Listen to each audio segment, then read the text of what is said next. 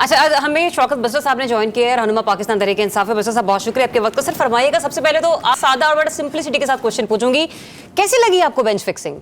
बहुत सादा है बसरा साहब। क्या लगी? ये बेंच फिक्सिंग जो हुई, जैसे आज प्रोसीजर एक्ट पास हुआ, फौरी तौर पर बताया गया कि जी ये नहीं, अब ये जज होंगे। बिल्कुल लंदन प्लान की तरह, क्योंकि हर चीज तो लंदन प्लान की तरह बिल्कुल फिक्स है।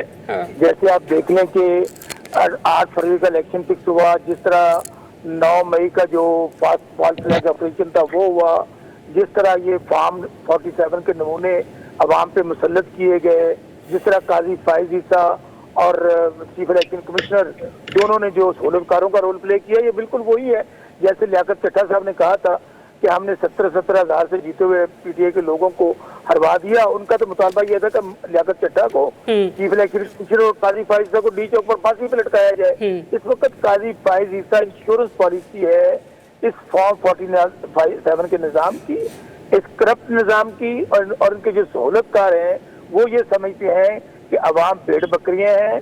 इस तरह हम इन लोगों के साथ, जिन लोगों को जिन्होंने 6-7 बारियां लेकर, जिनका पाकिस्तान में कोई स्टेक नहीं है, जो सबसे बढ़कर सियासी तौर पर मुर्दा लाशें हैं। अगर नवाज शरीफ जो सबसे बड़ा स्टॉलवर्ड था, जिसके नाम पे नून लीग इलेक्शन लड़ती है, अगर वो हार गया है तो बेचारा इनमें जीता कौन है? तो ये लोग वो हैं, इस वक्त पाकिस्तान के अंदर क्योस है, जैसे खान साहब कहते हैं मार्शल्ला, बल्कि ये मार्शल्ला प्लस है।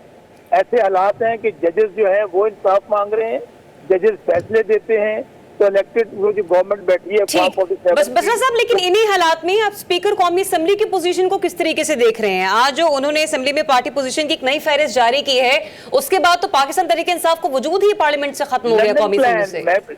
मैं बताऊं कि आप जिसका नाम लेंगे वो लंदन प्लान का हिस्सा होगा। याद सादिक की आप बात कर रहे हैं, जो कस्टोडियन ऑफ द हाउस है, जो पार्लियामेंट है, जो 25 करोड़ अवाम का सरबराह इदारा है, आईनी इदारा सबसे बड़ा है, वहाँ पर नकाब पोश आते हैं, लाइटें बंद करते हैं, MNAs को अगवा करते हैं, तो वो अगले दिन क्या करते हैं, कहता है मुझे तो पता नहीं, वो प्लम्बर को जो है वो सस्पेंड कर देता है। क्या इनके पल्ले है? ये सारे के सारे चले हुए कारतूस होम्योपैथिक हैं। ये बेचारे अब कौंसिल मुंतखब होने के काबिल नहीं है, वो स्पीकर है।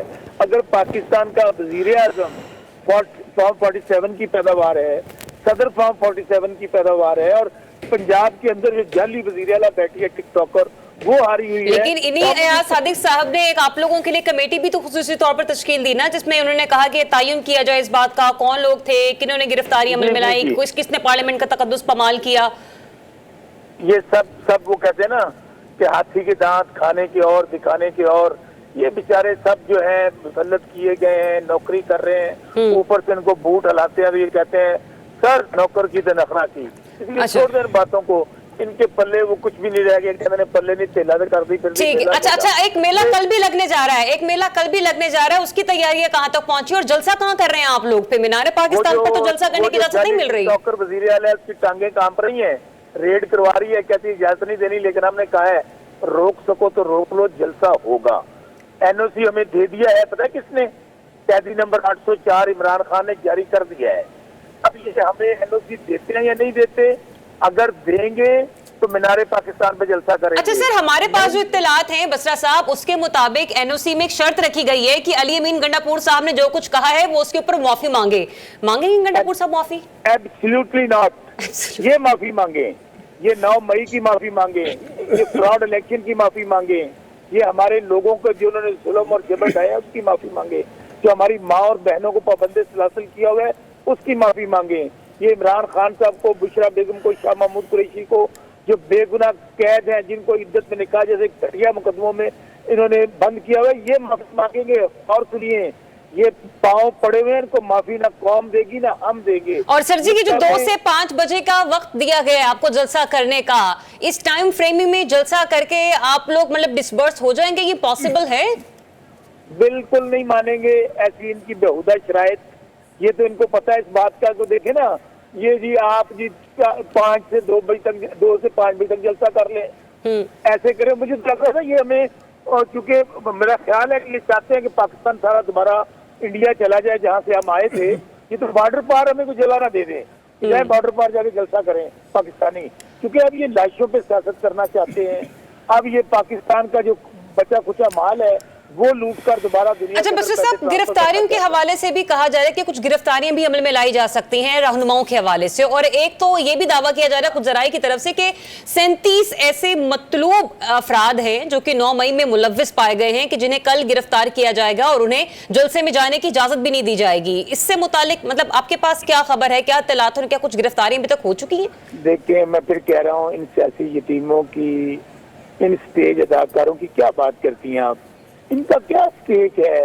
यानी ये तो बेचारे पपेट्स हैं, कठपुतलियां हैं, जो इनको लिख के दिया जाता है ये बोल लेते हैं, जो कहा जाता है स्टैंड अप ये खड़े हो जाते हैं, कहा जाता है सिट डाउन ये बैठ जाते हैं। ये इनकी हैसियत है। इनको क्या बेचारों को पता कि हम क्या बोल रहे हैं, क्या कह रहे हैं? जो बंदे अवाम के सपोर्ट ही नहीं हमारा। और ये एक और बात मैं आपको बड़ी अहम बताऊं, ये हमारे दे आर इररिलेवेंट। हम इनको ना अपना मद्दे मुकाबल समझते हैं, ठीक। ना इनकी कोई सियासी हैसियत है। हम इनको एक बेहतरीन एक सियासी मस्खरे तो हो सकते हैं, सियासी यतीम तो हो सकते हैं, ये अवामी नुमाइंदे नहीं कहला सकते। ठीक है, ये अवामी नुमाइंदे नहीं कहला सकते।